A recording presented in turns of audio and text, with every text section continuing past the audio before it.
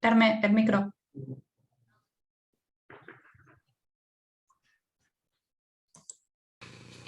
Buenas tardes. Vamos a iniciar esta primera reflexión sobre acompañamiento a la salud de personas que desean hacer la transición al cambio de sexo. Y iniciaremos el relato con una mirada histórica que nos apoyará Mariluz Esteban. Ella es médica, antropóloga. No, tenéis que cerrar el micro las que entráis de nuevo, por favor. Vale. Mariluz Esteban, médica y antropóloga en la Universidad del País Vasco. Después hablará Irene Aterido, socióloga, sexóloga y agente de salud.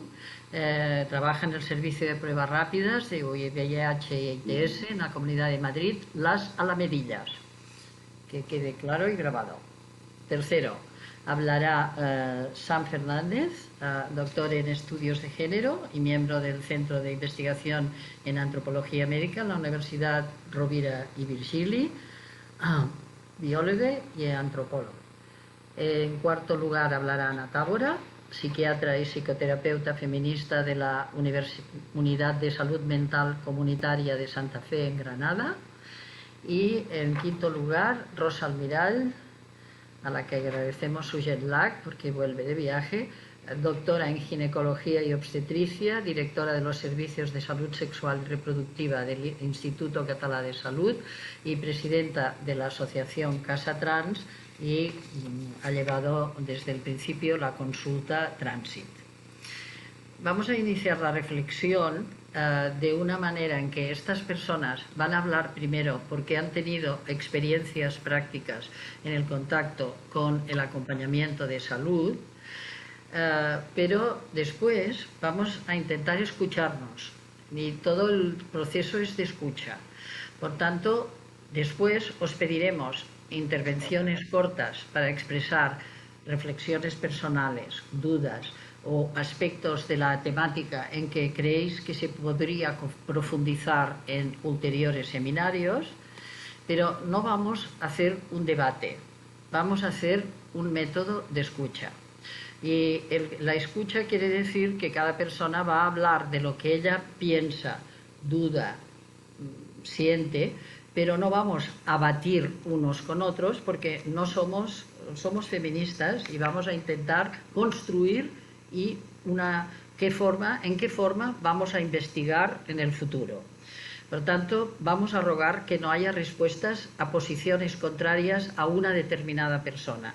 Naturalmente, está claro que no vamos a tolerar insultos, descalificaciones ni faltas de respeto de nadie contra nadie. Creo que lo mejor es hablar desde la reflexión personal de lo que penséis y mejor si en el rato que estemos aquí, todas las que queráis intervenir, que pueden intervenir, todas no podrán, pero casi todas, porque ahora ya somos 45 y aunque tengamos 2 minutos o 3 cada una, no vamos a tener tiempo hasta las... Por cierto, que digo el tiempo, vamos a cerrar a las 8:45.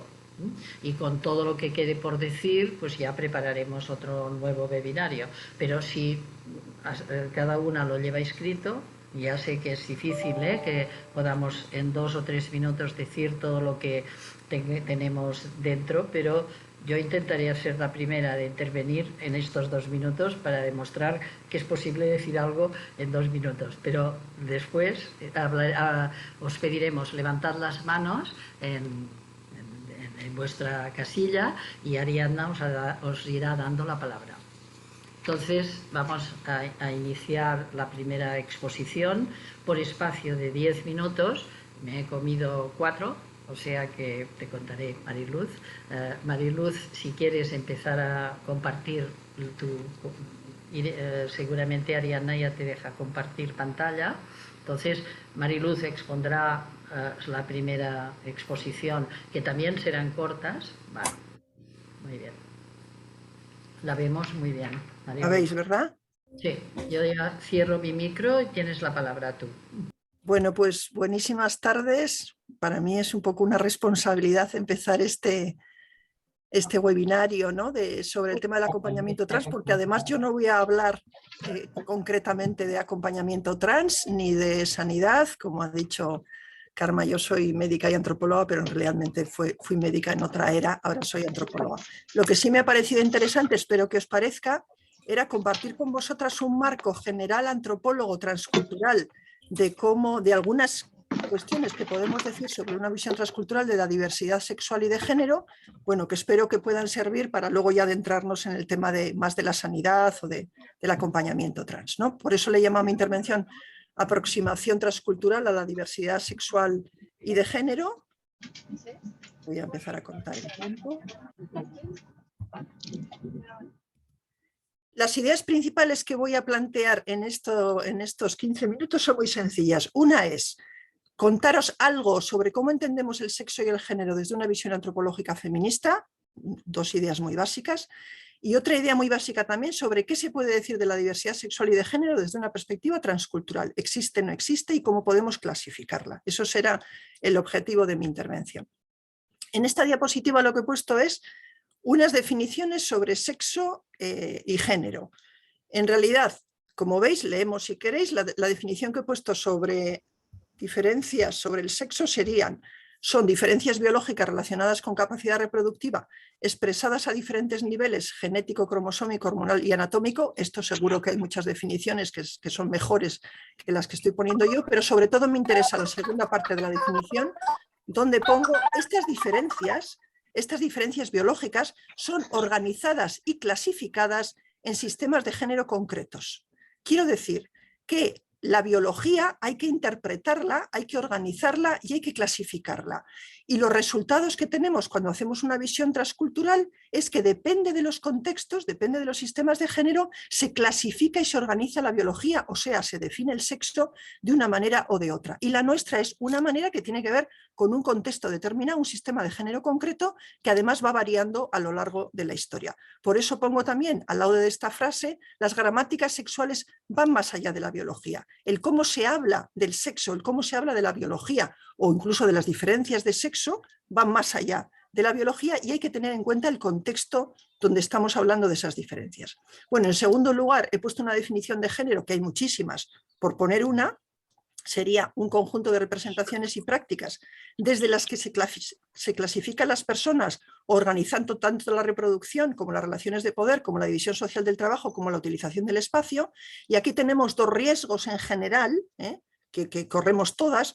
Una es tener una visión del sexo etnocéntrica y estática, pensar que cómo se define el sexo en un contexto determinado, por ejemplo en el nuestro, se puede extrapolar a cualquier contexto y eso es un problema, en antropología me refiero, o sea, ver el sexo sin cultura y sin historia.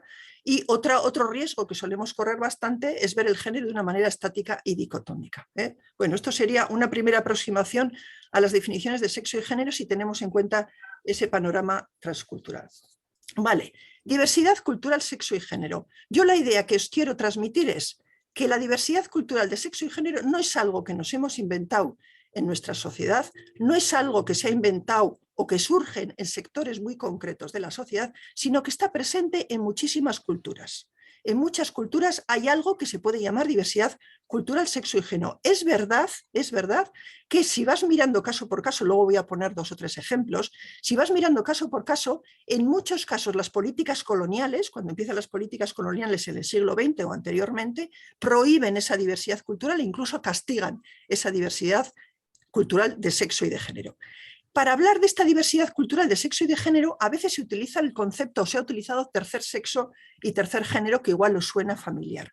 Este término de tercer sexo y tercer género se refiere a categorías de personas que en distintos contextos no son considerados ni hombres ni mujeres, pero ojo, tienen reconocimiento social. Que no sean considerados hombres y mujeres no quiere decir que no se les reconozca un estatus de género. Estos términos tercer sexo y tercer género ya no los estamos utilizando en antropología, por lo menos. ¿Por qué? Por eso pongo problematizados y en desuso. ¿Por qué? Primero, porque utilizar tercer sexo y tercer género simplifica mucho la diversidad sexual y de género que existe en distintas sociedades, que es amplísima y muy rica. Y también simplifica la gran variedad de nociones nativas que existen en distintas culturas para hablar de esta diversidad de género y de sexo. Eso por una parte, y por otra parte, porque si seguimos utilizando la idea de un tercer sexo o de un tercer género, mantenemos la idea de que ser mujer y ser hombre es similar en cualquier sociedad y que solo lo que pasa es que hay ciertos individuos que se salen de esa norma. Y no es así, porque ser mujer y ser hombre hay que definirlo en cada contexto y hay definiciones y formas de vivirlas diferentes. Vale. Entonces, esa diversidad cultural es universal. ¿Cómo clasificamos esa diversidad sexual y de género a través de las culturas? Bueno, podría haber muchísimas maneras. Yo aquí os traigo una propuesta de Nicole Claude Mathieu, que es una antropóloga francesa muy conocida que falleció hace 8 o 10 años, y ella hace una propuesta que a mí me parece que puede servir. Podría haber más, simplemente traigo esta como una muestra. Ella dice, mirándolo transculturalmente, en algunas culturas hay una diversidad de género con un sexo biológico problematizado, la biología se problematiza, y en otras culturas hay una diversidad de género y no se problematiza la biología. Vamos a ver algunos ejemplos, que es lo único que puedo mostraros en el tiempo que tengo. Sexo biológico problematizado. Si queréis, empezamos por el final. Diversidad de género y sexo biológico problematizado es lo que pasa en algunas ocasiones en nuestra realidad transexual, donde hay ciertas personas o ciertos colectivos que problematizan su biología, porque no piensan que no se adecua con el género, ¿no? Con su vivencia del género, e incluso intentan adecuar esa biología. Vale, eso es un ejemplo, pero hay más. Os he traído 2 ejemplos rápidamente. Un ejemplo también entre los inuit, lo que se llamaban antes los esquimales. Históricamente se ha sabido que había entre los inuit algunas criaturas que antes de nacer se les ligaba a un antepasado. ¿Qué pasa? Que cuando se les ligaba a ese antepasado, que se llamaba epónimo, ese antepasado podía ser del mismo sexo o de otro sexo, con lo cual a veces no coincidía. Y entonces se vivía como una transexualidad. ¿Qué pasaba en esos casos? Que en la edad de la reproducción volvían a su estatus de género y de sexo original. Eso es un ejemplo. Un ejemplo completamente distinto, también dentro de esta posible clasificación, es lo que pasa con los Sigra, que igual os suena conocido. Los Sigra son un tipo de personas en la religión hindú, en India. Son personas que tienen... ¿Estoy escuchando? ¿Hay algo que intercede? Bueno, sigo hablando. Los Sigra son personas que tienen un estatus intermedio mujer-hombre. Son personas que nacen con genitales masculinos, pero para convertirse en Nigra necesitan extirparse los genitales y se los extirpan en un momento determinado y tienen o tenían históricamente funciones sociales y religiosas porque se entendía que eran personas que eran mediadoras de la diosa Shiva. Cuando llegan las políticas coloniales, esto se estigmatiza y hoy día muchas veces los Sigra tienen funciones también de prostitución. Quiero decir, la colonización ha traído también que una cierta marginalización de los Sigra. Estos son 3 ejemplos nada más donde el sexo biológico se problematiza y hay una diversidad de género. Vamos a otro ejemplo donde ya el sexo biológico no se problematiza. Empiezo otra vez por abajo, sería la realidad de algunas personas transgénero en nuestra sociedad que viven el género de una manera X independientemente de su cuerpo biológico. Quiero decir, esta realidad también la tenemos en nuestra sociedad. Pero hay otros ejemplos que rápidamente os los doy y ya con esto termino enseguida. Históricamente se sabe que en África, antes del colonialismo, ya digo que el colonialismo ahí ha sido muy punitivo, había un matrimonio entre hombres. Quiero decir, en Azande, una cultura, había guerreros. Como era una sociedad poligínica, no había muchas mujeres casaderas, los guerreros se casaban con otros hombres, que tomaban como esposas, que hacían la función de esposas. Eran matrimonios entre hombres, pero con una lógica heterosexual, si queréis. Sexo homosexual, lógica heterosexual. O matrimonios entre mujeres. También se sabe que en algunas sociedades africanas, hasta 30, se conoce que algunas mujeres que heredaban un linaje por vía masculina, cuando no había un descendiente masculino, era una mujer la que heredaba el linaje y se casaba con una mujer, se casaban entre mujeres, aunque hacían papel distinto esas 2 mujeres.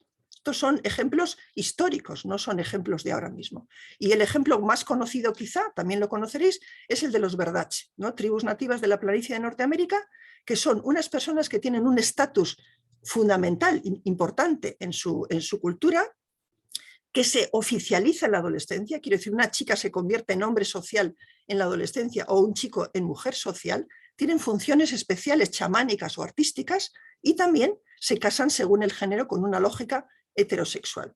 Como veis, son 2 ejemplos diferentes de diversidad sexual donde en un caso la biología se problematiza y en otros casos la biología no se problematiza. Y ya termino con esto. mi intervención porque quiero añadir un elemento más que no he añadido hasta ahora. ¿Qué pasa con la sexualidad? Porque ha aparecido algo la sexualidad en lo que he contado. Bueno, la sexualidad, si hacemos una visión transcultural, que es lo que estoy intentando hacer, en general se ve que la lógica heterosexual es la más frecuente. La lógica heterosexual, ¿qué quiero decir? Que normalmente se piensa que hay una mujer social y un hombre social que se casan independientemente o que se juntan, independientemente de cuál es su biología. Eso, hay una lógica heterosexual más frecuente. Pero hay en muchos casos homosexualidad. Homosexualidad, quiero decir, relaciones entre hombres entre mujeres, que a veces son ritos de iniciación, a veces son prácticas que no comportan necesariamente identidad, y en general, y esto es interesante, en general, en una visión transcultural, hay mucha más homosexualidad entre hombres, como algo permitido, que entre mujeres, que el lesbianismo. Esto es interesante también para tenerlo en cuenta. Conclusiones de mi intervención, con esto acabo. 4 ideas, que simplemente voy a concluir lo que ya he dicho. Primero, el sexo biológico, no hay una verdad sobre el sexo biológico sin pensar en qué cultura, en qué contexto estamos hablando. El sexo biológico se define y se clasifica en sistemas de género concretos. Segundo, las maneras de entender el sexo y el género son múltiples, desde una visión transcultural, y dinámicas, están cambiando. ¿Qué quiere decir? Que si un sistema de género cambia, si las relaciones de género cambian, es casi seguro que las definiciones biológicas empezarán a cambiar. No hay posibilidad de que cambie un sistema de género sin que cambien las definiciones sobre la biología. En tercer lugar, la diversidad sexual y de género, reconocida e integrada en muy distintas culturas, no es algo que nos hemos inventado en Occidente, no es algo que nos hemos inventado las feministas, es algo de alguna manera universal, algo consustancial al ser humano, eso que podemos llamar diversidad sexual y de género.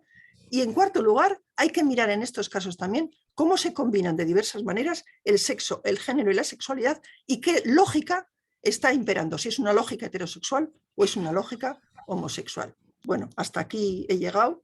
Muchas gracias y bueno, doy paso a la siguiente compañera. Sí. Muchísimas gracias. Muchas gracias. Yo sé el esfuerzo que has hecho, Mariluz, para tanto que sabes y tanto que lo has tenido que resumir. Pero ya nos has dado ideas y ya te preguntaremos algún día cómo profundizar en ello. Vamos a dar la palabra pues a Irene Aterido. La tienes tú. Puedes... Cierro micro y Ariana, no sé quién se interfiere en nuestro... todo el mundo tiene el micro es cerrado. el iPhone de Merche. Ya le he mandado un mensaje por privado para que mantenga el micro, pero lo enciende reiteradamente. Lo voy apagando cuando lo veo y ya está. Vale, muchas gracias. Bueno, pues gracias por la palabra. También voy a intentar ajustarme al tiempo al máximo. Entonces, después de la visión antropológica, yo me voy a centrar en la visión, digamos, centrada en las culturas occidentales y básicamente en el Estado español y con una perspectiva desde la sexología de los derechos sexuales y considerando que la salud sexual forma parte de la salud integral, pero una parte indispensable e inseparable. Y solo en un ambiente y en una sociedad que pueda reconocer que la salud sexual es tremendamente importante, se puede respetar y ejercer estos derechos sexuales para todos los seres humanos de todos los géneros y de todos los sexos. Los traigo aquí por si no los conocíais, porque tampoco son así como que están muy difundidos, y creo que para el tema que nos ocupa, que sería la atención a la salud de la población trans en nuestro país, por ejemplo, el número 2, el que tiene que ver con la integridad sexual, la seguridad del cuerpo sexuado, el número 8, 9, 10 y 11 van a ser nucleares y lo vamos a ver a lo largo de los restos de los minutos que tengo, ¿no? El derecho a hacer opciones reproductivas libres y responsables, el derecho a una información basada en el conocimiento científico, el derecho a la educación sexual comprensiva y el derecho al cuidado de la salud. Perdonadme porque es que no veo una cosa. Ya está. El derecho al cuidado a la salud sexual. Esto lo hemos visto por activa y por pasiva, pero yo doy por hecho que partimos de sitios distintos, de disciplinas distintas y es un resumen muy colorido y muy básico. Cada cual tiene su disciplina, pero más o menos hemos intentado traer algo que fuera bastante poco cuestionado, bastante más neutral.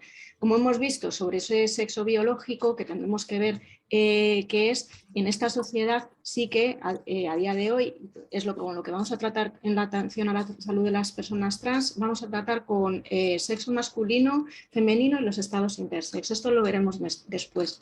Estamos de acuerdo todas en que tenemos una construcción social de género que es sociocultural, que es aprendida y que está basada en ese cuerpo sexuado, en ese cuerpo. La identidad de género, que estamos todas todo el rato hablando de ello, sí que va a ser esa vivencia subjetiva que cada persona, cada individuo y cada individua, a través de sus vivencias, de sus experiencias, de sus sentimientos, de sus sentidos, va a ir conformando a lo largo de la vida. Desde luego no está predeterminada, pero sí que es relativamente estable. También lo veremos en un segundito. Me estoy centrando en la parte de la izquierda.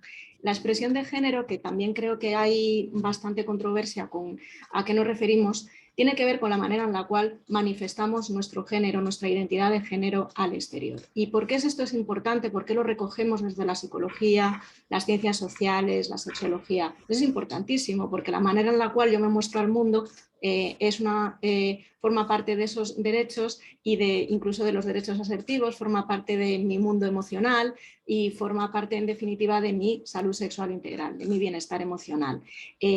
Básicamente lo vamos a mostrar incluso con rasgos como la voz, la proxemia, la manera de movernos, el lenguaje que utilizamos. En algunas culturas incluso hay sociolectos generizados, exclusivos de las mujeres, pero en nuestra sociedad en principio pues cada vez hay un registro más estándar y no hay tantas diferencias, por ejemplo, a ese nivel. Por último, la orientación sexual sería la atracción que podamos manifestar hacia un tipo de persona u otra, con un género u otro. En función del género que yo tengo, de mi identidad de género y el tipo de personas que me atraen, vamos a hablar de personas heterosexuales, homosexuales, bisexuales, pansexuales. También hay personas que nos sienten atracción y que las denominamos asexuales. Hay también algunas otras orientaciones del deseo, pero queríamos resumir y creo que en esta plantilla, como además os lo voy a pasar, ahí lo tenéis. Entonces, ¿qué hacemos con esto y con lo de Mariluz? Bueno, en nuestra sociedad occidental, por muchísimas cosas, tenemos un paradigma, digamos que psicológico, de que hay una congruencia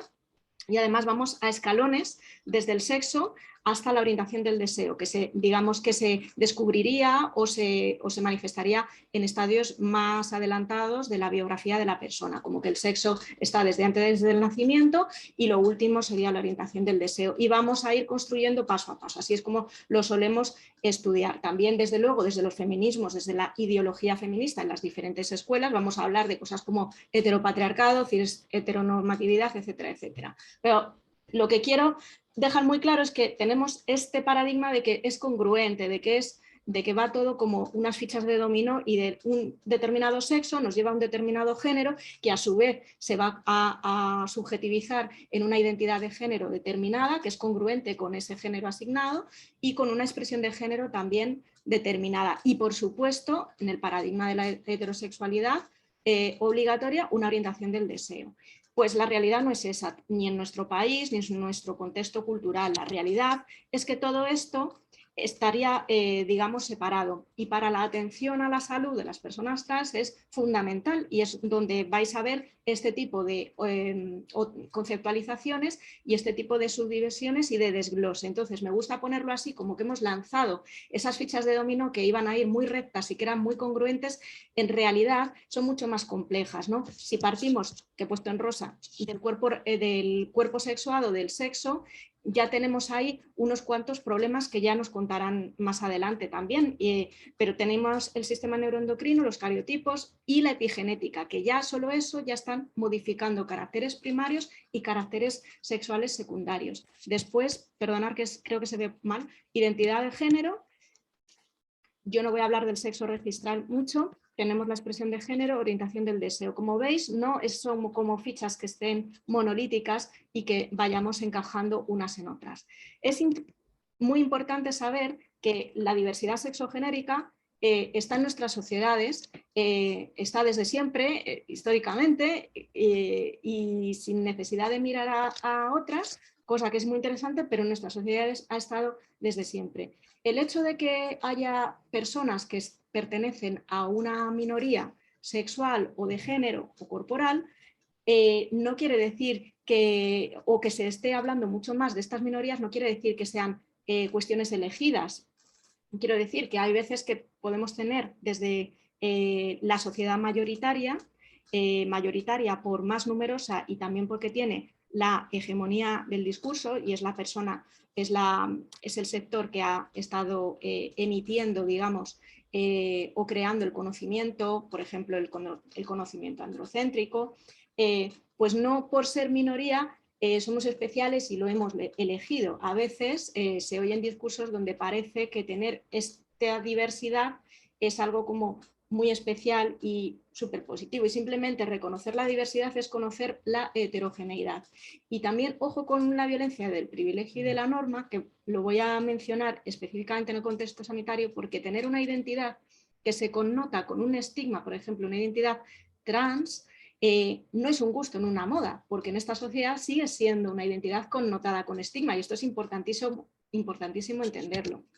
Yo no me voy a meter en la parte del origen, ¿no? Pero sí que todo lo que sabemos por todas las investigaciones de diferentes disciplinas, desde la neurología, la endocrinología, la psicología y todas las ciencias sociales, por supuesto, sabemos que la identidad de género y la orientación del deseo son relativamente estables. No digo monolíticas, pero sí que no pueden ser cambiadas a voluntad.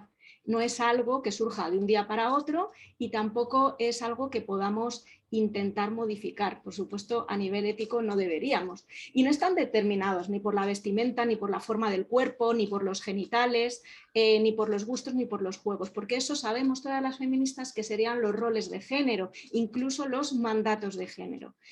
Yo os propongo una manera muy básica de empezar a hincarle el diente desde la perspectiva más sanitaria, y es que yo creo que si la identidad de género es relativamente estable, pero también plástica y tiene un punto biográfico de cambio, de ir asumiendo los propios cambios y la propia subjetividad, pues sería el pensar que la identidad de género, pues claro que tiene un componente del sistema neuroendocrino, que cada cual tiene su opinión, podemos problematizar, pero que evidentemente es reforzado o desincentivado a través del aprendizaje social. Y ese aprendizaje social en esta sociedad está generizado como una de las categorías más importantes que precisamente nos dividen a los seres humanos en esta sociedad. Entonces, esto hay que tenerlo muy en cuenta. Cuando oímos que el género es un espectro, pues yo sé que mucha gente se lleva las manos a la cabeza y otra gente no. Y aquí os pongo un ejemplo muy sencillo. Estas tres personas son mujeres y se expresan, manifiestan su género, su manera de estar en el mundo de diferentes maneras, con pelo corto, con pelo largo, con una vestimenta, con una ropa. A eso nos referimos cuando decimos que la expresión de género es diversa. Si yo llevo esto y no llevo la ropa que voy a llevar después, vais a ver que puede haber una diferente percepción de la misma persona, siendo la misma persona del mismo género. A eso nos referimos cuando vemos que decimos que la expresión de género está en un espectro.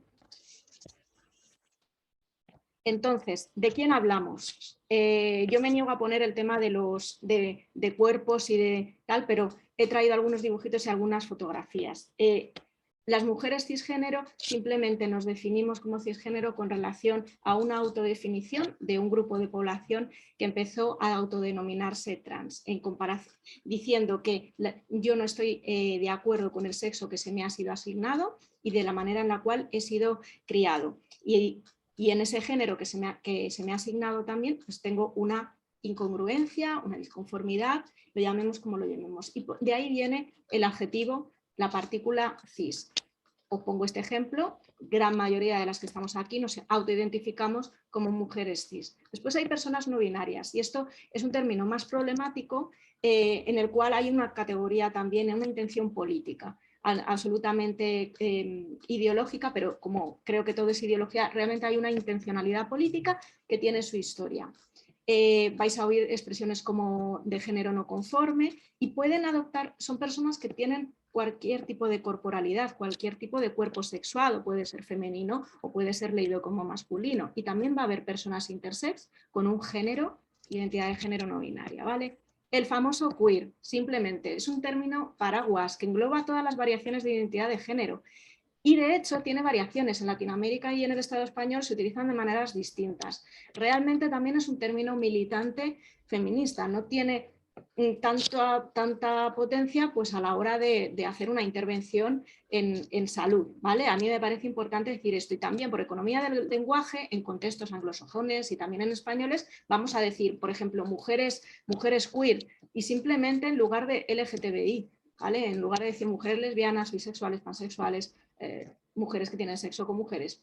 Simplemente se refería a eso. En Latinoamérica hablan de queer, lo hacen a la española. Pero lo que me parece también muy importante es decir que la población trans también es diversa. Hay gente que tiene un alto malestar con su cuerpo, hay gente que no, gente que tiene malestar enorme con sus genitales y gente que no. Hay gente de todas las orientaciones del deseo, porque una cosa es la identidad de género, ya lo hemos visto, y otra sería la orientación sexual. Hay gente que tiene una expresión de género muy normativa, muy estereotipada, y gente que no, gente que pasa más de todo y igual que cualquier persona cisgénero también que tiene diferentes expresiones de género. Hay gente que se maquilla, gente que no. Hay gente que va ancha, gente que va estrecha, etcétera, etcétera. Entonces, ¿de quién estamos hablando? Yo, aunque me niego a poner como mucho tema porque es el gran tema, parece, el tema de las operaciones, no las operaciones, pero ¿de qué manera se expresan en esta sociedad a nivel de identidad de género? Por ejemplo, los hombres trans, pues por ejemplo pueden tener este aspecto y pueden tener todas las orientaciones del deseo, pueden ser gays, pueden ser heterosexuales, ¿vale? Muchas, como tenemos una perspectiva biográfica, sabemos que no siempre ha sido así, no siempre ha tenido este aspecto, no siempre se han autoidentificado de esta manera, pero igual que nosotras, igual también que muchas mujeres cisgénero, que por cierto yo no lo he expresado, pero bueno, creo que lo fundamental es saber que nacen con la capacidad de ovular en principio al nacimiento, que más o menos va a haber este sistema genitopélvico y que hay una capacidad de ovular nacimiento, más o menos. Las mujeres trans, por el contrario, pues van a tener la capacidad, digamos, de fecundar este tipo de órganos reproductores y órganos en el área genitopélvica. Estos serían las mujeres trans. Hay de todos tipos, las hay que se maquillan, las hay que no. Y también las va a haber heterosexuales y también las va a haber lesbianas, mayores y jóvenes. La transexualidad simplemente significa esa discrepancia entre lo que la sociedad asigna a un cuerpo sexuado al nacer y la identidad sentida.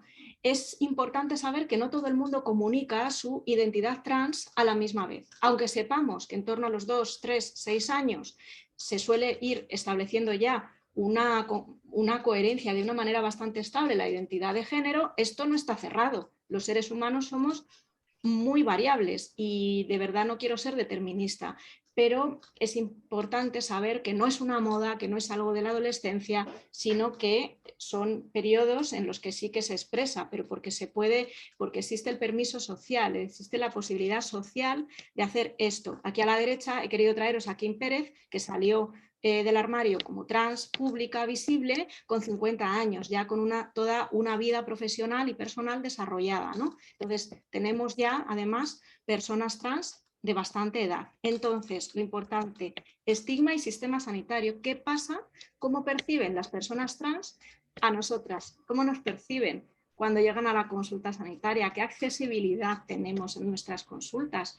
Pues os puedo decir tres cosas fuertes. Una es que como en todo el colectivo LGTB hay lo que se llama estrés de minorías. La segunda, aparte del estrés de minorías por ser de minoría, la transfobia percibida y también la transfobia interiorizada por las propias personas. Y esto va a ser un problema que ataca la salud emocional de la población trans. A la izquierda os pongo una cosa y a la derecha otra. A la izquierda están las experiencias de discriminación percibidas por la gente entrevistada por el estudio que, entre otros, coordinó San Fernández, que está aquí presente, del diagnóstico participativo de la salud trans en la Comunidad de Madrid. A la izquierda, ejemplos de discriminaciones cuando se hace una encuesta a personas trans, sistema sanitario. Era en la Comunidad de Madrid, me atrevo a extrapolar, pero bueno, ojalá no fuera así.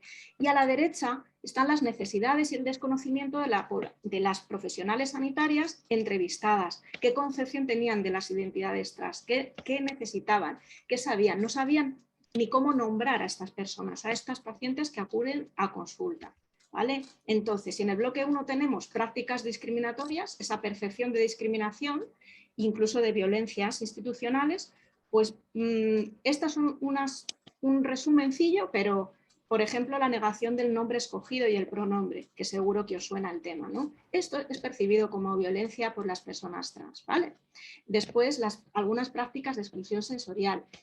Todo el tema de diagnosticar, confirmar o no si verdaderamente eres o no eres, la negación literal de la asistencia, modular y ejercer ese papel de portería en el acceso a determinados recursos sociosanitarios, alargar las listas de espera, por ejemplo, o negar algunas pruebas médicas. Del otro lado, ¿qué nos pasa a los profesionales? ¿No? Porque siempre hay dos lados. Pues la ignorancia, el desconocimiento y la falta de información. Una de las cosas que este diagnóstico participativo hacía de qué les pasaba a las profesionales sanitarias es que consideraban ellas que estaban bastante formadas y conocían a bastantes pacientes gays, bisexuales ni se nos nombraba, mujeres cis lesbianas había como ya una brecha de conocimiento, de representación, de pensar que podían necesitar como necesidades en salud, y la brecha más importante tenía que ver con el acceso de las personas trans, ¿no? Que no, las profesionales entrevistadas, consultadas, no sabían prácticamente nada y lo tenían claro y lo manifestaban. Y aparte, he dicho, diversidad en la población trans, ni los hombres ni las mujeres trans son iguales, no de todas las clases, no de todos los orígenes geográficos, pero es que además vamos a tener a personas migrantes, solicitantes de asilo, personas mayores, población intersex, personas trans sin hogar, personas trans con diversidad funcional, tuteladas en instituciones, en prisiones, con problemas de salud mental, con VIH, con discapacidades, asexuales, y luego por supuesto, aquí no sé si se ve, para que luego se vea, los menores, la población infantil y adolescente trans que existe y está por ahí, que también tiene sus propias necesidades, ¿no? Entonces, los cambios que más nos preocupan siempre, la cirugía, el sexo registral, lo que pone en el DNI, ¿no? Esto es lo que parece que más afecta al sistema sanitario. Sin embargo, para la población trans, para hacer efectivo su derecho a la identidad desde el punto de vista de los derechos sexuales y reproductivos, es que se les obstaculiza la elección de servicios sanitarios, que ha habido algunas prácticas sanitarias iatrogénicas derivados del paso por el sistema sanitario. También ha habido prácticas iatrogénicas de su automedicación, autoasistencia, que han tenido efectos perjudiciales, la autohormonación o sobre todo en los colectivos más vulnerabilizados dentro de la población trans. Y dentro de la población trans, siempre las mujeres trans más vulnerabilizadas a nivel social. Después, hay un absentismo y un retraso en buscar ayuda, que viene provocado precisamente ya por las malas experiencias previas en el acceso a la institución médica. Cada interacción médica, si cada acto médico se convierte en un trauma, pues ya no vuelves, ¿no? En ocasiones ha habido desabastecimiento hormonal de esos medicamentos que se emplean para la afirmación de la identidad de género. Y en general dificultades en el acceso a la información en el ejercicio efectivo de los derechos en salud, por ejemplo, de congelación de gametos. Os pongo otros ejemplos. La población trans probablemente va a necesitar, y sobre todo en castellano y en catalán, bueno, en las lenguas romances, estas adaptaciones terminológicas de vocabulario. En inglés es más fácil hacer terminología que no esté generizada, pero en español, catalán, es más difícil, ¿no? Y entonces cuando hablamos, por ejemplo, en ginecología de retírate las braguitas, etcétera, etcétera, pues a lo mejor no es lo más adecuado cuando tienes a un paciente trans que tiene que acudir a ginecología. Entonces, la gente trans propone que haya términos menos generizados. Hay algunas necesidades potenciales, mejoras potenciales y también atención a la salud que hay que tener en cuenta cuando sí se inicia una transición. Creo que como de esto va a hablar más Rosa probablemente alguna compañera, pero bueno, aquí os lo voy a dejar, las fuentes de Lancet, y son cosas que tienen que ver con esas modificaciones corporales que pasan básicamente por el sistema neuroendocrino, ¿vale? Gracias. Lo último, esto, tres Sí, enfoques. súper último, ¿eh? Súper último. Es la última. Ya me voy. A ver, ¿cómo lo puedo quitar? Es dejaros esto, ¿no? Que la gente cambia, que tiene una biografía, que no siempre van a ser las mismas necesidades y que no solo todo orbita en torno a ser o no ser trans. Muchas gracias. Sam, tienes la palabra y intentemos marcarnos un tiempo para que podamos hablar más gente después. Después, Ariana, te aviso que hay todo un grupo que me ha enviado por WhatsApp que no podía conectar, no sé por qué. Espero que se vayan conectando. Ahora ya veo que somos 60. Pues adelante, Sam, para ti. Vale, muchas gracias, Karma. Encantada de estar aquí. Muchas gracias a todas y todos por asistir. Yo os voy a hablar un poco de cómo es esto, de cómo empezó el movimiento pro despatologización trans en el Estado español, porque me parece que hay algunas cosas que pueden ser de actualidad, que quizás nos puedan ayudar en los debates que estamos teniendo actualmente. Y lo voy a hacer desde una preocupación que es personal, pero que también es política, que es justamente qué rol está jugando en nuestros debates la ciencia o la confianza que depositamos en la ciencia a la hora de resolver ciertas cuestiones políticas, ¿no? Cuando sea desde una posición o desde otra, lo que hacemos es, digamos, declinar la responsabilidad de definir términos que nos importan, muchos de los cuales nos han definido las compañeras que han hablado anteriormente, la declinamos a las ciencias biológicas.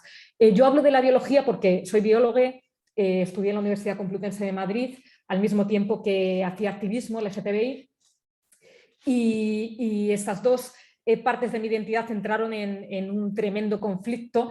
Pues porque cuando yo estudiaba el sexo evidentemente se definía, se daba por sentado lo que era y además todo estaba entre comillas sexualizado, ¿no? Las bacterias, si tenían cosas penetrativas eran masculinas y si tenían receptivas eran femeninas, y aquello, y el espermatozoide casualmente era muy masculino y el óvulo casualmente era muy femenino, ¿no? Y entonces todo esto a mí en algún momento me empezó a hacer ruido, ¿no? Evidentemente yo estudié con un paradigma absolutamente positivista, que nadie llamó así, en el que ciencia era igual a objetividad, objetividad era igual a verdad absoluta, y hasta que no entré en los estudios de género no empecé a ver las relaciones que habían entre este modelo de objetividad y justamente de masculinidad, como dice Evelyn Zoskeller, ¿no? Por tanto, ya quiero empezar problematizando este asunto de cuidado que hacemos cuando le damos a la ciencia la autoridad epistémica de definir quiénes son mujeres, quiénes son hombres, etcétera, porque normalmente el método suele ya tener algunos sesgos que nos interesan desde un punto de vista feminista, ¿no? Creo. Bueno, afortunadamente hay otras biologías, está Ellen Longino, está Linda Birke, está Fausto Sterling y está por ahí Donna Haraway. Estoy hablando de feministas biólogas que nos va a sugerir algo muy interesante con lo que acabaré esta presentación, que es que más que romper el problema cuando tenemos el problema, efectivamente algo está surgiendo en torno a esta cuestión, que sigamos con el problema, ¿no? Y que sostengamos la tensión, que sostengamos lo que nos produce, porque ese proceso va a ser productivo precisamente.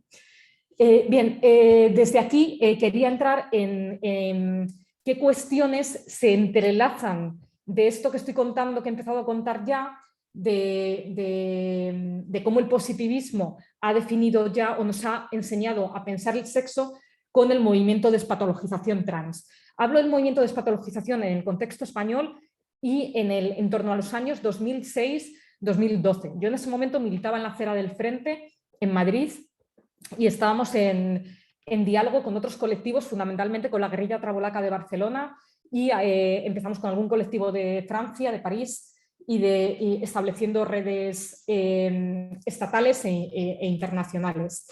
¿Qué nos preocupaba en aquel momento? Bueno, nos preocupaba muchísimo toda la cuestión de que se estaba reuniendo el comité del panel de trastornos sexuales que se reúnen para actualizar el DSM. Estábamos entonces con el DSM-4 y decíamos, uy, va a llegar el DSM-5, organicémonos, la transexualidad tiene que salir sí o sí de los manuales de enfermedades mentales, de trastornos mentales, ¿no? En este momento, estas alianzas que hicimos para luchar contra esa patologización que se daba no solo en el DSM, sino también en la clasificación internacional de enfermedades, es decir, en la europea, que van un poco de la mano, esas alianzas que hicimos no eran únicamente alianzas trans. De hecho, había gente que en aquel momento no nos definíamos como no binarios, por ejemplo, en mi caso, ¿no? Eran alianzas entre personas trans y personas y mujeres feministas, muchas de ellas lesbianas, que encontrábamos que la transfobia era una expresión del patriarcado, una expresión muy clara. En aquel momento decíamos, es la punta del iceberg del patriarcado, ¿no? Junto con otros icebergs o con otras puntas de icebergs. Pero nosotros entendíamos la lucha por la despatologización trans como una lucha eminentemente feminista. ¿Por qué? Porque justo la manera en la que se definía el diagnóstico era una forma de establecer qué significaba ser mujer y qué significaba ser hombre que nosotros no compartíamos desde un punto de vista feminista, ¿no? De tal manera que una persona transexual iba a ser aquella que teniendo un cuerpo, bueno, pues que habiendo sido asignada como hombre, por ejemplo, se definiera como mujer, pero no solo se definiera como mujer, sino que hiciera de mujer a la manera en que la psiquiatría en aquel momento entendía que una debía hacer de mujer, ¿no? Y evidentemente esto era profundamente sexista. Quiero alertar de esto porque quizás está habiendo un momento de vuelta a los diagnósticos. Bueno, pues si tenemos un problema político con quién es hombre o mujer, pues que vuelva a decirlo la medicina, ¿no? O que vuelva a decirlo, en este caso, la psiquiatría. Quién es buena trans y quién es y tendría derecho o acceso a ciertos derechos y quién estaría rompiendo el sistema que tenemos y no merece el acceso a esos derechos. Cuidado porque en aquel momento, yo recuerdo las performances que hacíamos, por ejemplo, en Tirso de Molina, y parte de lo que performábamos en aquel momento, nos bajábamos vestidas con la bata blanca, otros hacían de pacientes, etcétera, era lo que se llamaba el test de la vida real. El test de la vida real y algunos de los test, algunas de las escalas de masculinidad y feminidad que se estaban utilizando que procedían del contexto estadounidense y de los años 60-70 más o menos. En estas escalas de masculinidad y feminidad y en estos test lo que se medía era si una persona era trans en la medida en que demostrara que realmente le gustaban los juegos que le gustaban al otro género y por tanto le podíamos dejar pasar al otro género, que le gustaba estar con los compañeros o las compañeras que se supone que tienes que estar, que normalmente tienes que estar, te debe gustar más jugar con tu género que con el contrario, ¿vale? El tipo de juguetes, el tipo de vestimenta, ¿no? Si te gustaba, si querías ser mujer trans, digamos, y te gustaba más y desde la infancia la vestimenta tradicionalmente asociada a lo femenino, eso es que eras más mujer que nadie, ¿no? Entonces, esto generó toda una presión sobre la población trans para performar el tipo de identidad que se esperaba desde la medicina. Lo que le teníamos que contar, lo que se le tenía que contar a una psiquiatra o un psiquiatra para que diera ese diagnóstico que iba a dar acceso a derechos. Quiero poner aquí, quiero hacer un paréntesis aquí porque creo que esto es muy importante. La medicina ha tenido la autoridad para definir qué era ser trans y por tanto qué era ser mujer, qué tenía que hacer una persona que había sido asignada como hombre para que tenía que demostrar para poder acceder a la categoría de mujer. Claro, lo hacen porque la gente llega a las consultas médicas. Es allí donde nos encontramos con los psiquiatras. Pero la gente no llega a las consultas médicas necesariamente porque tiene una demanda médica. Ni siquiera porque tenga una demanda médica, ni tampoco porque tiene un problema de salud.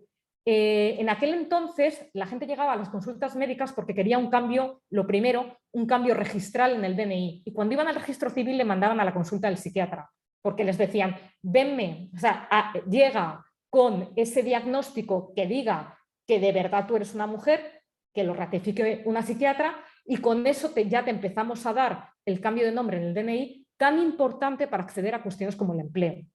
¿Vale? O sea, estamos aquí viendo cómo la definición de lo que es una mujer tiene que ver con los discursos que se han producido en consultas a las que la gente necesitaba acceder para poder acceder a otros derechos fundamentales, el empleo y por tanto la vivienda en condiciones de dignidad, etc. ¿Vale?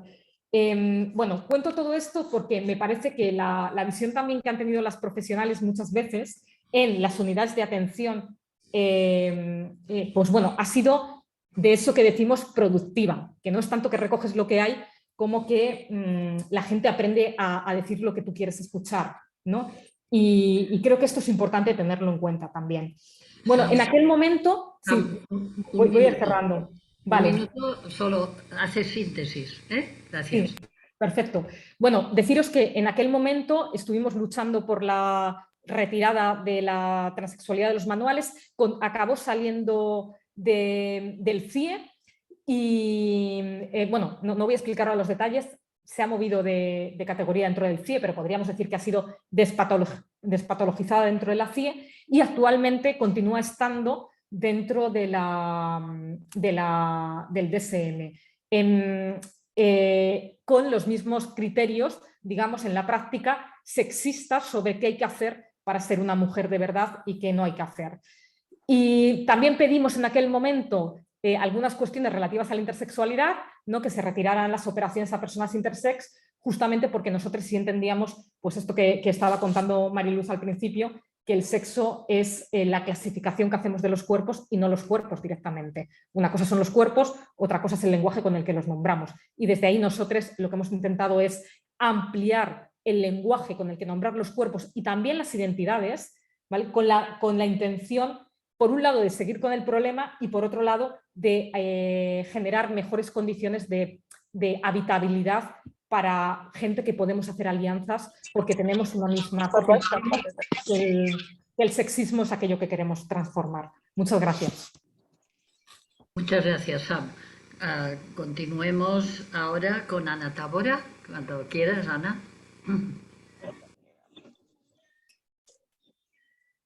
Digo que un segundito que me quita el micrófono.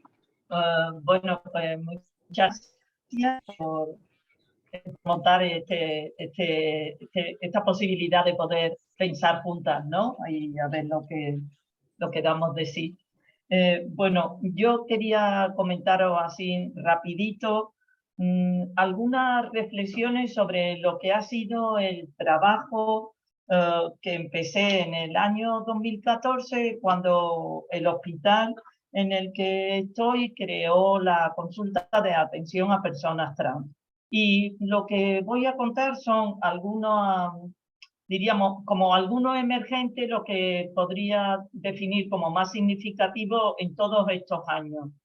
Yo tengo una consulta que atiende a personas transexuales y tengo una consulta por la tarde 3 días al mes. Y pues desde el 2014 hasta ahora, pues podéis hacer la cuenta aproximadamente. Tengo 4 espacios de 45 minutos y ese es el tiempo, un poco el encuadre de esa consulta. No voy a insistir en lo que ya comentamos, depende cuando estamos viendo, por lo menos la gente que estuvimos pensando, lo pensábamos desde un contexto de lo que incluía todo lo que se estaba planteando en ese momento sobre la despatologización y, por supuesto, desde una visión crítica con la psiquiatría hegemónica. Entonces, ahí no voy a perder tiempo para señalar que ese espacio se pensó desde un lugar donde lo importante no era lo individual y lo biologicista precisamente, ¿no? Sino cómo poder crear un espacio donde pudiéramos trabajar todo lo que tiene que ver con lo social, con lo político, con lo cultural, de cara a poder acompañar. Esto plantea así, a bote pronto, un primer dilema. Porque, primero, en general, la mayoría de los profesionales sanitarios la idea de acompañar la tienen bastante complicada. Y después, se trata de poder pensar en acompañar gente que a su vez está recibiendo diferentes intervenciones en el propio sistema sanitario. Entonces, eso crea una cierta, diríamos, tensión, ¿no? Para mí, lo más importante en este sentido es tener claro cuál es la metodología con la que voy a acompañar. Porque creo que si no hay estructura, cuerpo teórico y no hay una metodología definida, no acompañamos, sino que intervenimos porque nos sale, bueno, pues esa parte más hegemónica de lo que somos, ¿no? En el sentido de que nos ponemos a tratar y no a acompañar. Para mí, La metodología está construida fundamentalmente desde dos pilares. Uno que tiene que ver con los feminismos, no solo con el feminismo ilustrado, es decir, esta es una de las cosas que para mí ha sido más importante el trabajo con las personas trans, que me ha permitido ponerme en contacto con otras posibilidades de construir teorías feministas que no tengan que ver con la ilustración.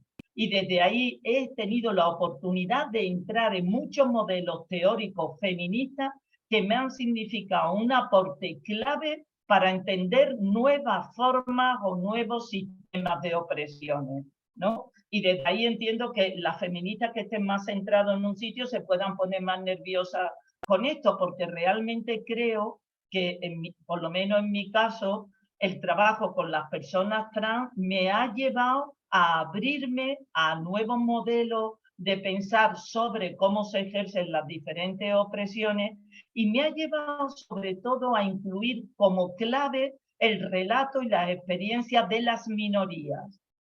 Y de las minorías también están más en lo periférico, más en lo subalterno, no solo la idea de las mujeres en general, sino, y bueno, eso quería señalarlo. Además del tema de los feminismos, el otro pilar fundamental de la metodología con la que trabajo el acompañamiento es lo que tiene que ver con la psicología social. ¿Por qué con la psicología operativa, en este caso, ¿no? Con la concepción operativa? Porque es lo que me permite articular lo político con lo intrapsíquico y me permite articularlo fundamentalmente a través del concepto de necesidades. ¿Por qué a través del concepto de necesidades? Porque os leo una frase de Pichon-Rivière.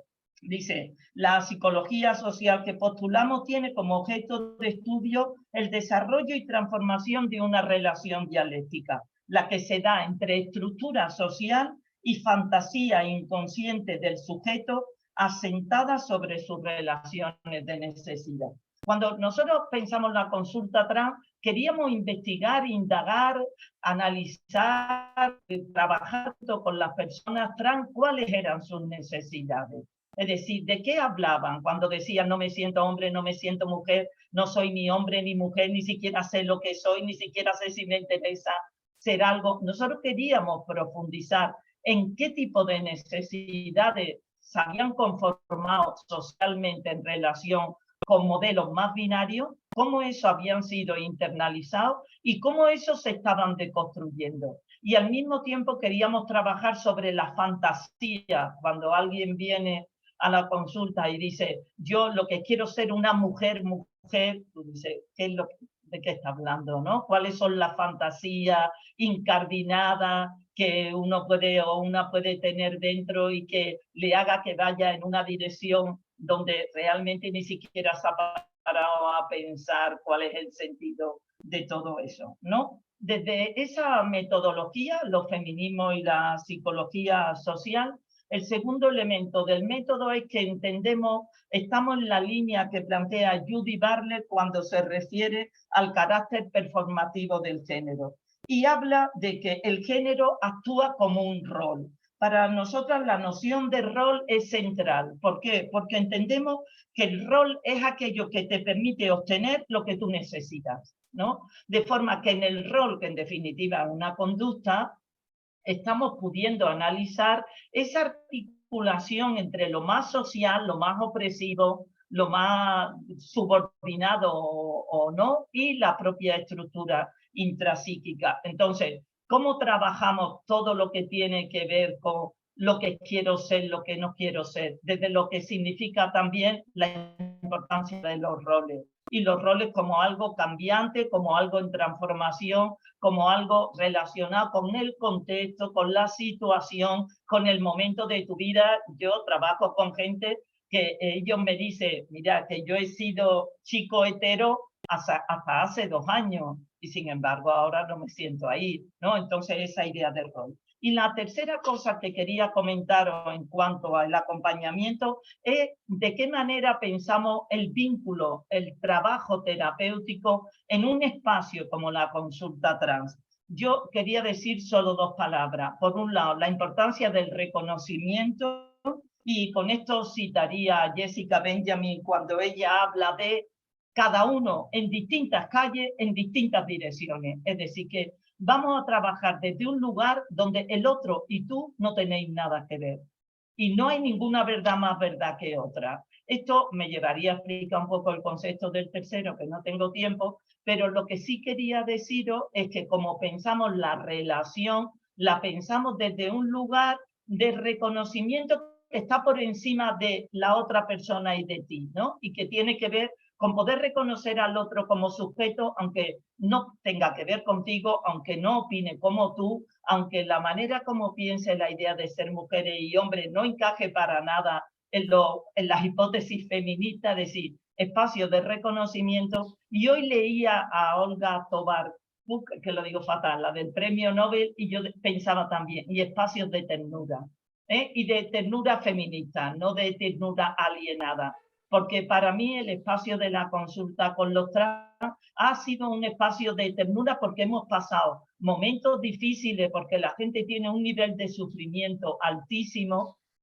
y tú también ternura porque tú ves, vas viviendo, eres testigo de cómo empiezas con alguien que se llama David y va a terminar todo el proceso con alguien que se llama Rosa, y lo vas viendo cada semana, ¿no? Y lo que eso mueve también, ¿no?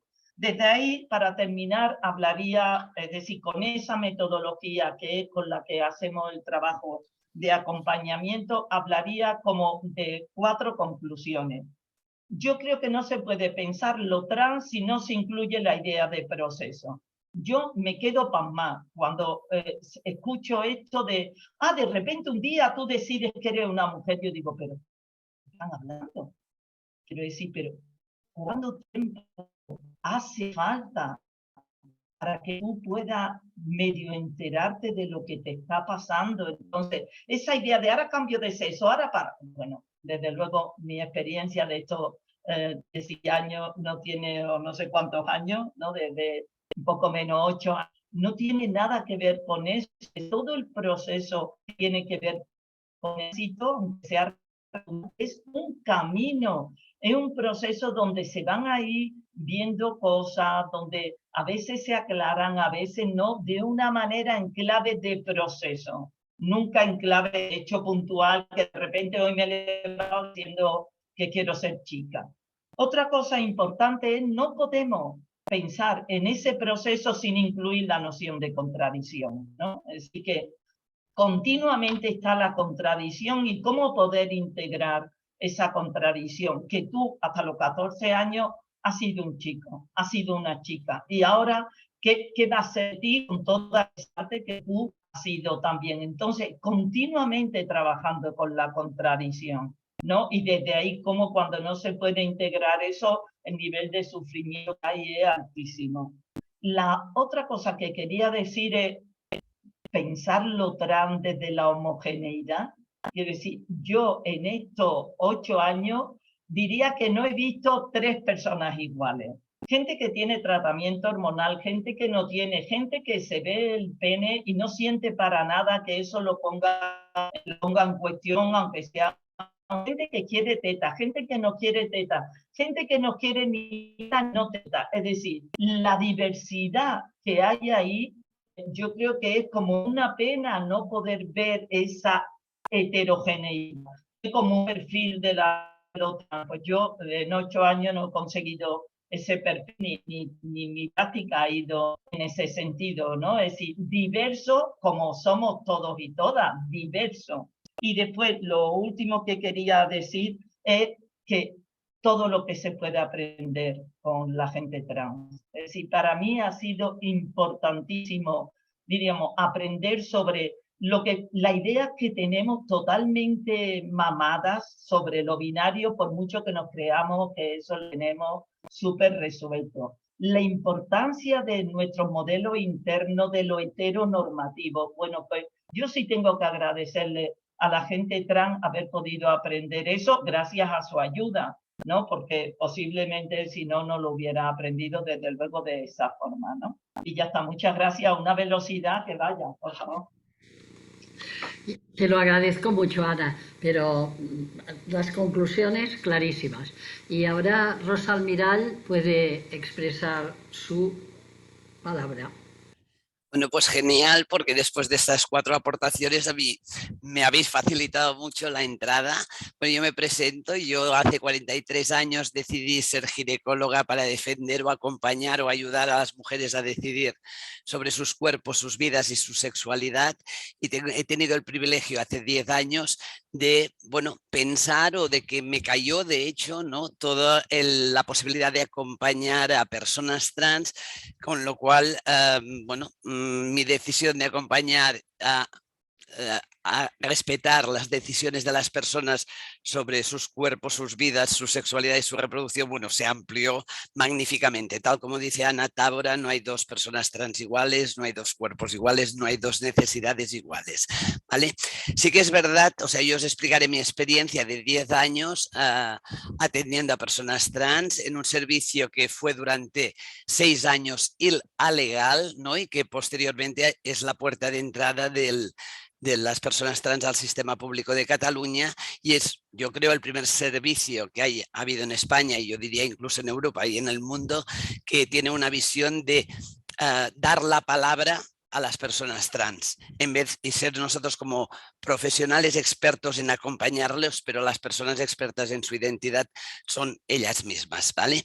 Os voy a intentar transmitir lo que he aprendido en 10 minutos, que esto es como imposible, pero en primer lugar, un poco para contrarrestar algunos argumentos, y aquí estoy con Ana Tábora, no está plantear que, bueno, una persona de un día a otro decide, ¿no?, cambiarse o ser hombre o ser mujer o tal, ¿no? La experiencia que tenemos es que cuando las personas trans llegan a los servicios de salud, son personas que tienen recorridos larguísimos, con unos procesos de autoidentificación llenos de confusiones, de dudas, de miedos, de preguntas sin respuestas, de bloqueos, de volver a repensar qué es lo que está pasando. Es decir, que cuando vienen las personas, al menos cuando llegan a los servicios de salud, probablemente hay estadios iniciales, pero cuando nos llegan a nosotros, que a veces nos piden prudencia, no les deis lo que os necesitan, no les hagáis caso, evaluad perfectamente, etcétera, etcétera, a mí me parece absurdo totalmente, porque las personas cuando vienen a nuestros servicios ya tienen todo este recorrido.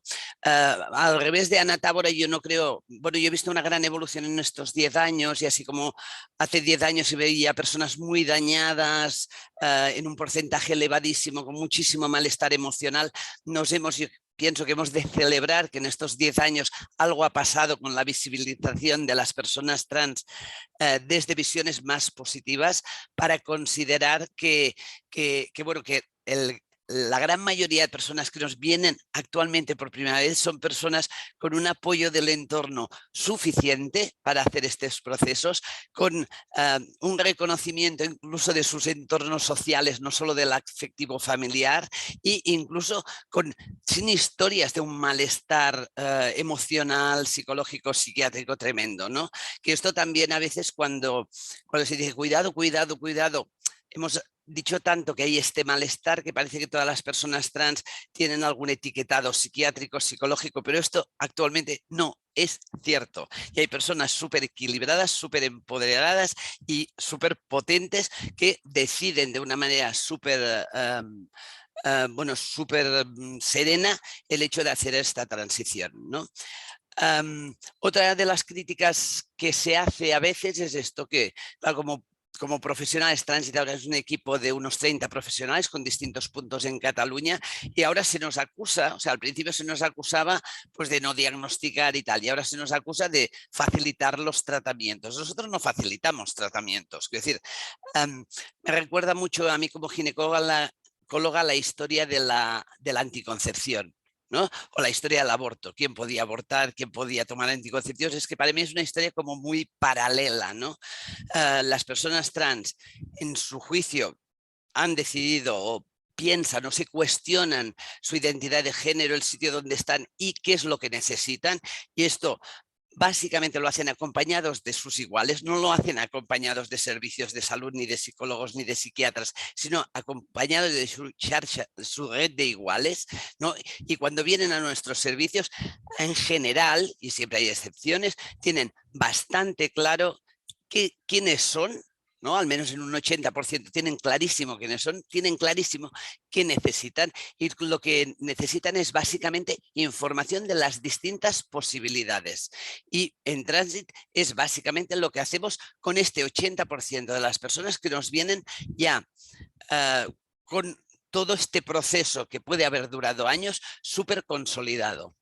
Evidentemente queda el 20% que vendrán en distintos momentos de su proceso de poder identificarse, de poder aceptar quiénes son, o estar pensando aún en bloquearlo, o con un miedo enorme a visibilizarse socialmente, ¿vale? Pero es la minoría. La minoría nos plantea grandes dilemas, y dilemas que a veces no tenemos mucha respuesta, pero la gran mayoría son personas que, como cualquiera de nosotros, cuando vamos a un profesional de la salud y tenemos una determinada necesidad que no depende tanto de una patología como depende de una necesidad. Y aquí vuelvo a poner la anticoncepción, el aborto y otros derechos por los que hemos luchado tremendamente.